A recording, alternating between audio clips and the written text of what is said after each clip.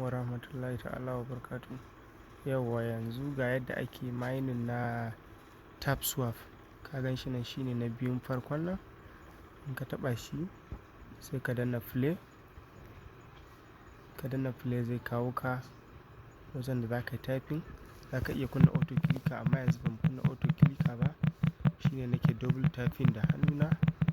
Ga shi nan yana tafiya, yana tafiya, yana tafiya. Shi ma ana boosting, ga wajen boosting nan a ƙasa. Idan ka taɓa boosting haka, okay boosting ɗina na yau ya ƙare. Dole sai na koma typing. Boosting ɗina na yau ne ya ƙare. Dama guda uku ake badawa. Amma yanzu ga shi nan ina typing. Shi ma na Solana ne. In ka kalli coin ɗin da ake typing za ka ga an ce powered by Solana. Shi ma wannan insha Allahu muna sa ran kwanan nan za a yi launching ɗin sa nan da ɗan lokaci kankani. Zan ajiye links ɗin shi a comment section.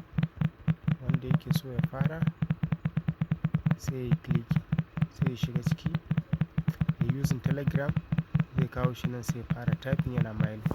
Kullum sai da zuwa yana taɓawa. Haka yanzu ya ƙare. In ya ƙare za mu jira shi ya recharging.